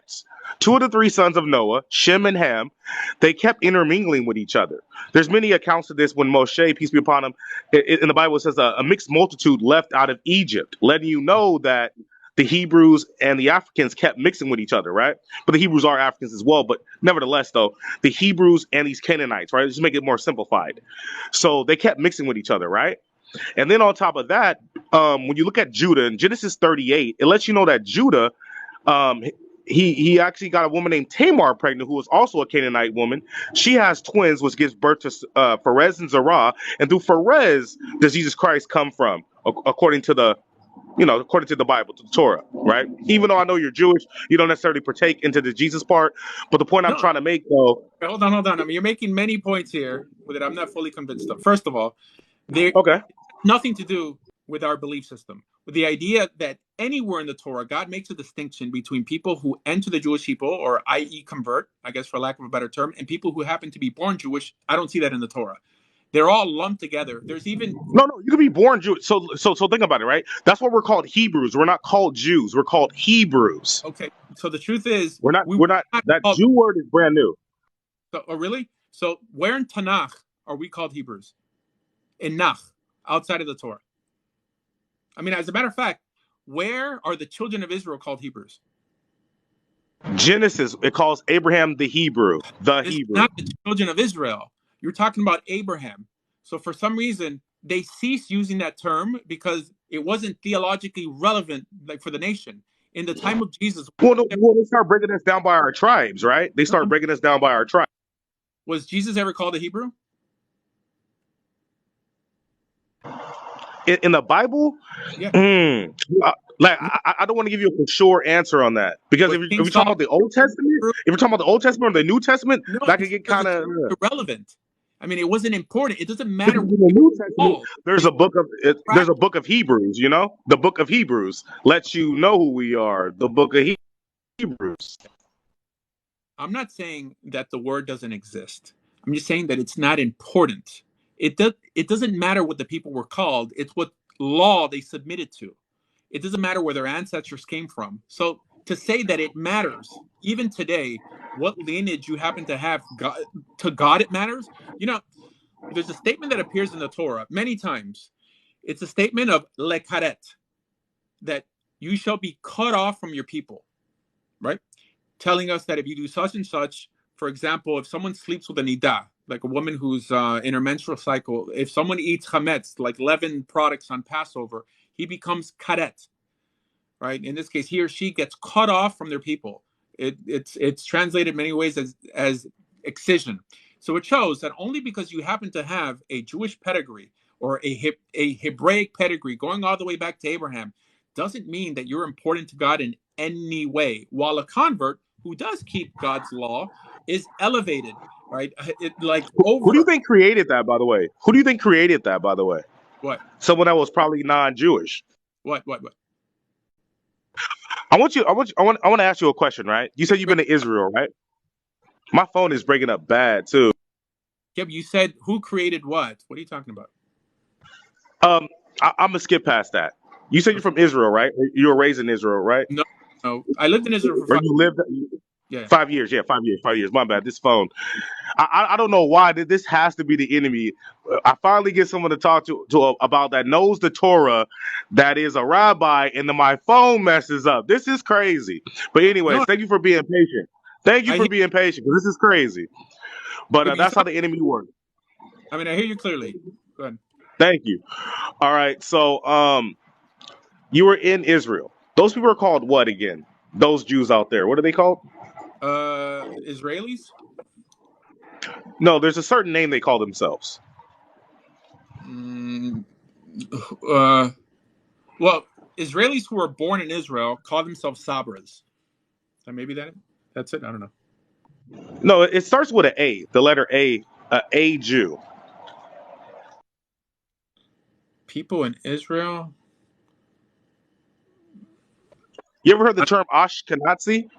Ashkenazi. Yeah, no, but the vast majority of Jews in Israel are You're a not. rabbi, right? Are you? I hope you're playing with me. You never, like I said, you're playing, right? What? I mean, what are you talking about? I No, mean, you heard of Ashkenazi Jews, right? yeah, of course, but I'm saying the Okay, majority of Jews in Israel are not Ashkenazi. they're not Ashkenazi. No, with the vast majority of Jews in Israel, they're either what's known as Sephardi, Mizrahi, or North African, or Persian. Oh, Mizrahi, right? From Mizraim, No, from the no, word Mizraim. no. Like Mizrahi, Mizrach in Hebrew means east. You know, I mean, not from Mitzrayim. Mitzrayim means Egypt. You know, so it's just Eastern Jews. Well, so Mizrahi are known as Iraqi, Syrian Jews of that region, even Jews from But we Lebanon. don't come from that region, though, do we?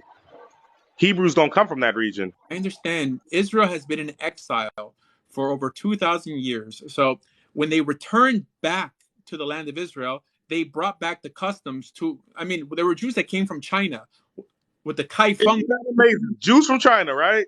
That's amazing, right? right? No, they're called the Kai Feng Jews. Yeah, there's Jews from Africa too. I mean, they're called the Beti Israel. I mean, Oh, don't say there's Jews from Africa too. That's where we come from. That's where we come from. Is my point. But go ahead. I don't know what, I mean, I don't know what you're talking about. Well, sorry. All right. So what I'm talking about is this, right? The Ashkenazi Jews, right? They said Albert Einstein was an Ashkenazi Jew. Mark Zuckerberg, no, is Seth Rogen? Or I know there's Yeah, you know, Rockefeller. There's many, you know, Adam Sandler. These are Ashkenazi Jews, right? yeah, sure. Right. So you know what's funny about this? Hmm. When you go to the Bible in Genesis chapter 10, once again, No, Noah's three sons, Shem, Ham, Japheth. Japheth has a son named Gomer. Gomer means Germany, and he has a son named Ashkenaz. Hence the Ashkenazi Jews. What I wait. want to know is, how can you be Jewish if you're not of the Semitic bloodline or of the Hebrew bloodline? How is that possible? Hold on. How does that make sense? So where'd you learn that Gomer means Germany? Let's move past that. Okay, fine. Gomer has a son named Ashkenaz, hence the Ashkenazi Jew. Japheth is not of the Semitic bloodline. How are you Jewish if you're not of the Semitic bloodline? How Okay, is that possible? so Ashkenaz was another name during the Middle Ages, a rabbinic term for the region of Germania, right? Not that that's where Jews descended from. That's where I got Germany from. No, Ashkenaz, not Gomer. Okay. Well, Gomer was his father. Am I correct? I'm saying that. Gomer's Ashkenaz's father? Okay, but that doesn't mean that Gomer means Right. that part of the world was called Ashkenaz, just like Sephardic Jews came from Sepharad. Sepharad was the region that's known as Spain and Portugal nowadays. That doesn't mean that from the time of Genesis that their descendants were from there. That's just where they happened to be after the exile. As a matter of fact, Ashkenazi Jews, first, they, like all Jews before the exile, they originated from Israel before they were exiled. They were the ones who were exiled to Italy. And then from Italy, they moved into the area of not just Germany, of France, of many areas, but Germania was a lot bigger than what we call Germany nowadays. So this is why, just like Syrian Jews are still called Syrian Jews, although their descendants are from Israel, right? That's just where they happen to be exiled to, right? This is after the Roman exile. I mean, only because there's a word that appears in the book of Genesis doesn't mean that Ashkenazi Jews belong to a tribe that predates Abraham. You understand? I like this. Okay. So let me ask you a question. Ham.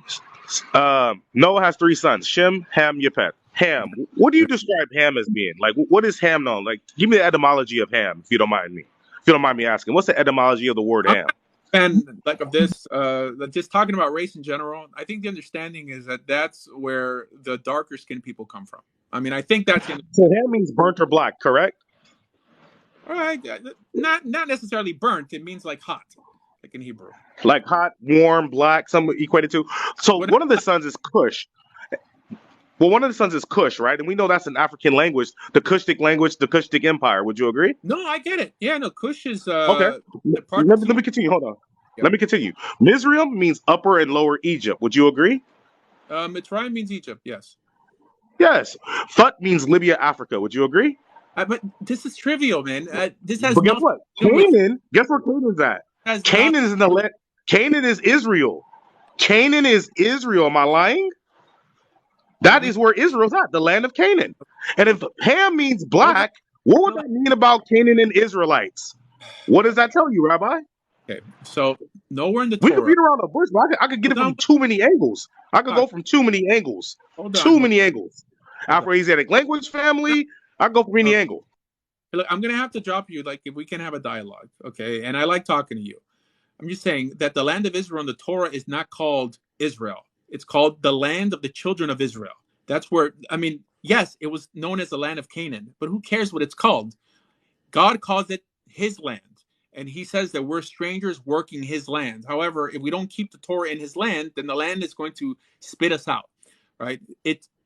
What makes you special to God, what distinguishes you from everyone else, is your behavior, right? So it doesn't matter if you have no blood ties to Abraham. If you keep Torah, then you're special to God. And if you don't, I don't care if Abraham is your father, right? You are nothing to God. That's it. Okay. Can I ask you another question, Asher? Well, you've asked me, many questions, but I don't care about race. I have no problem believing that I'm trying to prove a point, though, because a lot of people are claiming to be my people, and they're not my people. You know what I mean? It's sad for me to think that the people that you identify with are people that only connect to you via blood and not belief. No, this is how it was made. It was made like that. I wasn't the one who determined that. That's how it's written. First of all, Israel was supposed to be a nation unlike anyone else. That means it doesn't matter where you came from. If you worship the God of Israel and were absorbed into Israel, that became your nation. Now, other nations didn't function like that. You could worship the God of the Philistines, but you would never be a Philistine. And this is how you're thinking, that Jews function in the same manner. Like God cares about blood, God cares about ethnicity. He doesn't. He doesn't. If that's the case, do you know where Amalek comes from? Do you know the Amalekites also come from Abraham? So why don't you elevate them as your cousins or brothers? No, it's because they don't follow God, so they're not part of God.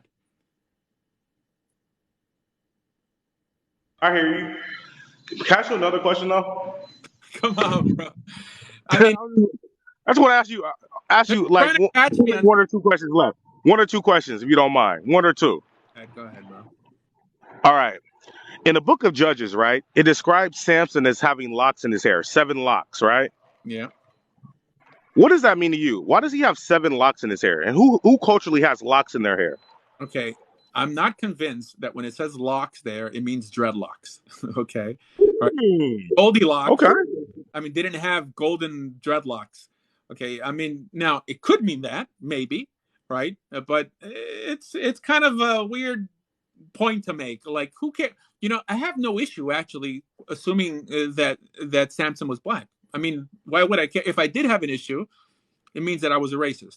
Okay. I have no issue assuming that Moses was black. Okay. The problem I have is when someone says, Of course, he was in Egypt, right? wait, hold on. The problem I have is when people say that Israelites were specifically black, right? Specifically, right? I mean, that's the issue I have, right? They could be Asian. We're a mixed people. I mean, we're a mixed bag of people, right? And I don't think. I'm glad someone said it in your comments, by the way, Asher. Dread is actually a bad word. They're called locks. They're not called dreadlocks. They're actually called locks. Europeans later on called it dread for dreaded hair. It's actually a derogative. It's actually a bad phrase for locks, as what the Bible states Samson had. Just like, clear that up. You've been waiting for that argument. I'm just going to say that you've Hey, been. no. So last question before this person comes on. Last question. This is my last question because I'm working at the same time. I appreciate you, Asher. Last question. So in Hebrew, what does the word Ethiopia mean? Or just like, what does Ethiopia or Ethiopia mean to you? You mean Cush? Well, I mean, Kush can mean several regions actually, right? Because it's like an empire, but Kush is. Then. Well, it's the region of Ethiopia and Sudan, or parts of Sudan as well. Yeah, it goes all the way from like Somalia all the way up to Egypt. Yeah, the Kushite Empire is pretty long. It's pretty big and vast, right? But like when you think of Ethiopia in modern days terms, what does Ethiopia mean? Like, do you know the etymology of the word? I don't know. In modern day Hebrew, they'll say, what they call it. I mean, those who don't call it Kush will call it Ethiopia. Like in Hebrew, I mean, they'll say it like that. But they typically, I mean, whatever. Here, teach me. Go ahead. Yeah, okay. I appreciate you, Asher. So the thing about it though is this, right? So Ethiopia is what they used to call Africans. They used to call us all Ethiopians. Ethiopian could mean like burnt face or black skin, same as Ham, right? Now, in Exodus chapter 4, verse 6, God tells Moshe to put his hand into his bosom, which is his armpit, right? And he says, now take it out. And behold, it turned leprous as snow. So it turns white. Verse 7, he says, put that hand back into thy bosom, and he takes it out. Behold, it was turned back to his other flesh. When you look at Jeremiah 13:23, it says, can the Ethiopian change his skin or the leprous his spots? Remember that one? Mm-hmm. Yes. Why would it compare Moses to an Ethiopian in the Bible? Why would they do that? It compared Moses to Ethiopian. Where?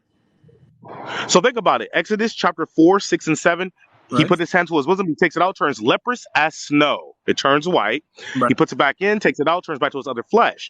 A connotation would be Jeremiah 13:23, where it says, can the Ethiopian change his skin or the leprous his spots?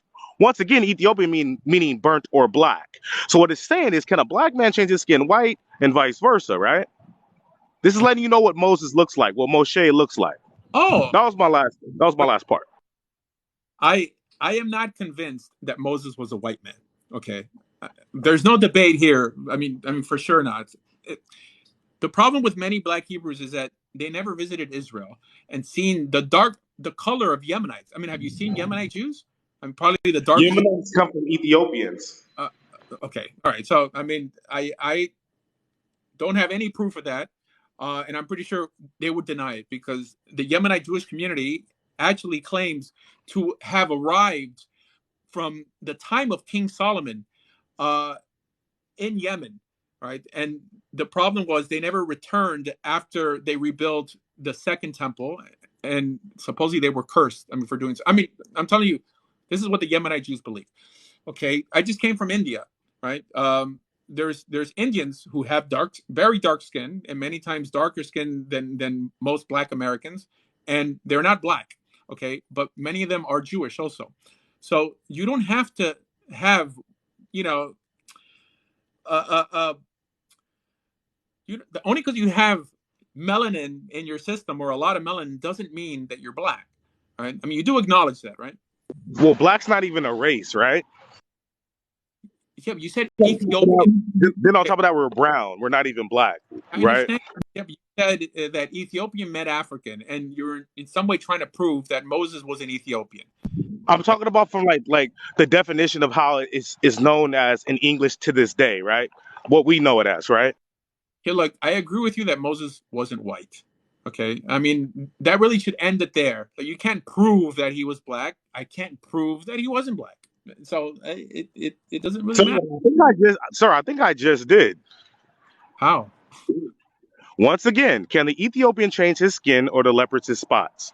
Those are two segments of the Bible. They're not even talking about the same thing. One's in the Torah. It's talking about Moses, and leprosy had to do. Well, first of all, we don't even know what leprosy is in the Bible. I mean, it's called saras, and it's not really. But we do know that white patches would occur in your skin. You're saying, how could that be distinguishable from his white hand if he wasn't Black? Easy, because he wasn't white and he wasn't necessarily Black. Okay, he may have been ruddy, just like it called David ruddy. So I mean, what's the issue? Asher, did Moses marry 2 Ethiopian women? Yes. Well, okay. So with Zipporah was let me see. I mean, she was from Midian. So yes, what the idea was that his sister, like Miriam, was making fun of her for her, like possibly for the color of her skin. Yeah. Yeah, you say Midian because Midian comes from Abraham's second wife, Keturah, who was also Ethiopian and had a son named Midian. That's where the Midianites actually come from, the ones who captured Joseph. Hey, hold on, but what does it say that Keturah was Ethiopian? It's in the Bible. Now, No, Abraham's second wife, Keturah, was Ethiopian. I'm just curious. I mean, I know the story of Keturah because most Jews believe that it was that Keturah was Hagar from tradition. I mean, No, Hagar is an Egyptian woman. She was a handmaiden of Sarah. No, I'm telling you, according to Jewish tradition teaches that Keturah was Hagar after Sarah passed away, or after he separated from Sarah, he like remarried Hagar, who was Keturah. After that can't be true. That can't be true because Hagar had Ishmael, and they were pretty much kicked out of the region where Abraham and Sarah was at. Remember, and they headed to the Middle East. I'm telling you what Jewish tradition says.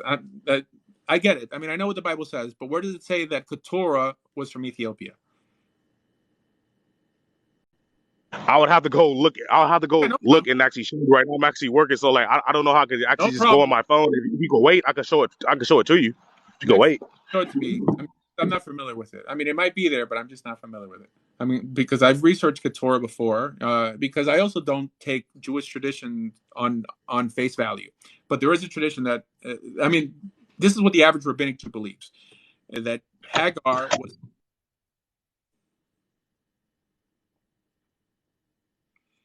All right, welcome, Sid the Heathen. Shalom, hi. Hi. I was coming up to try to save you, but that didn't work. That's cool. Oh, no, I don't need saving. I mean, I love dialogue. That's you, everybody in the comments. We got tired of hearing them. No.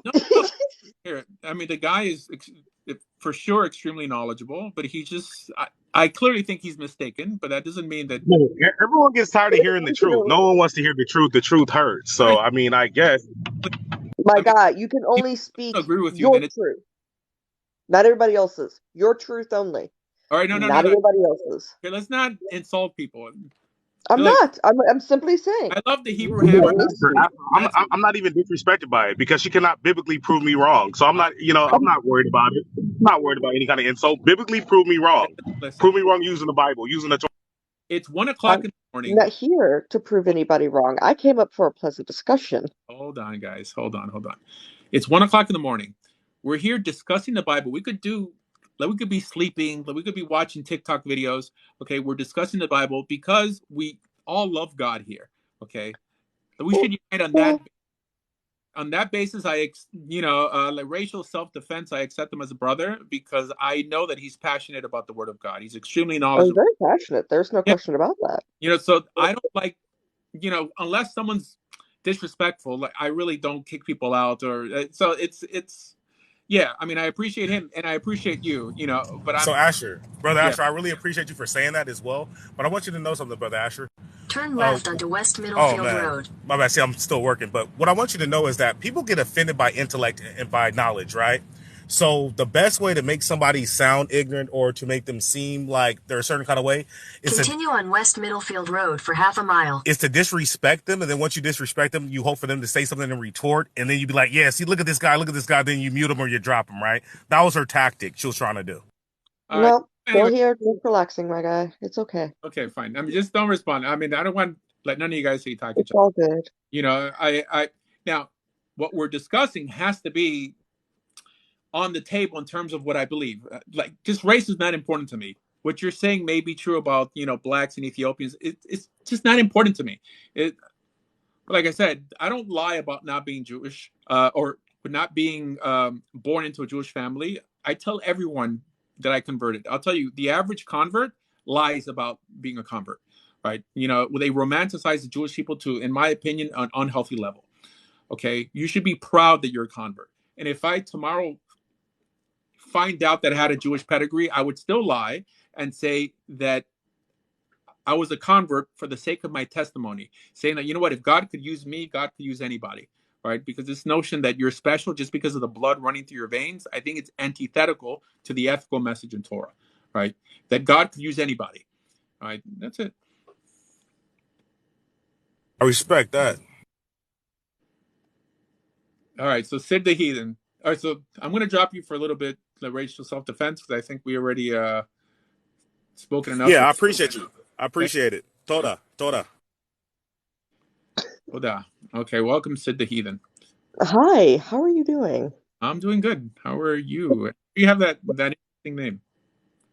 Well, I am a heathen. I'm sorry. I'm not of Abrahamic religion, but I Oh, respect it. I have no problem with it. I respect everybody's religions.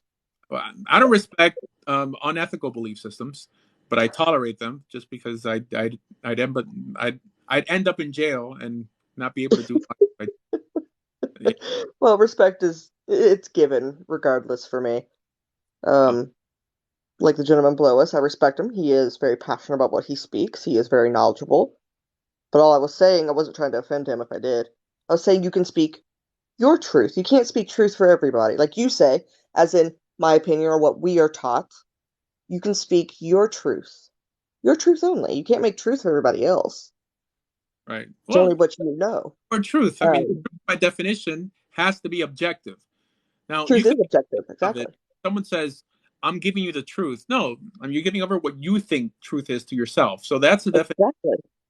The definition of a fanatic is when you judge people outside of your belief system by the tenets of your belief system.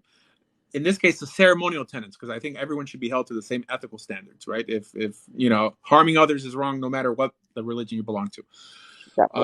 Or at least harming innocent people is wrong. So yeah, this is why I never tell people Judaism is the truth. The name of the show is not Judaism is true or Judaism is the best, just that Judaism is better. Now that statement itself is subjective.